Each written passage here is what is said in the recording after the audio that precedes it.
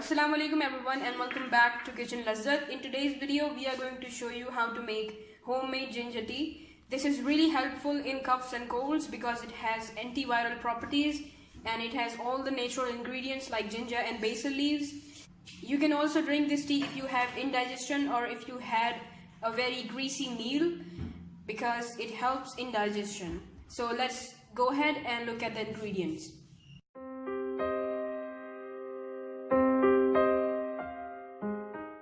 Ginger 1-inch piece, half teaspoon tea leaves of any brand, few fresh or dried basil leaves, 3/4 cup water, half cup toned milk optional.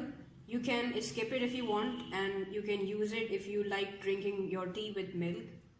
For sweetness, here are 3 options. The first one is sugar. The second one is natural honey. And the third one is sugar substitute. It's sugar free. We are making 1 cup of ginger tea, so let's begin the process. We have added 1 cup of water. Here we are grating this ginger. You can crush it if you want and you will get the best results and the best nutrients out of the ginger if you crush it or grate it. We are going to cover this up for 1 minute. After 1 minute we are going to add crushed basil leaves into this. Basil leaves give rich and flavorful aroma and they have antiviral properties. Now we are again going to cover this up for 1 minute.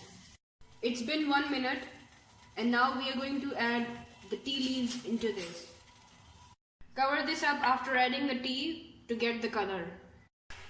We are going to add milk at this point, and if you want to skip the milk you can directly drink this.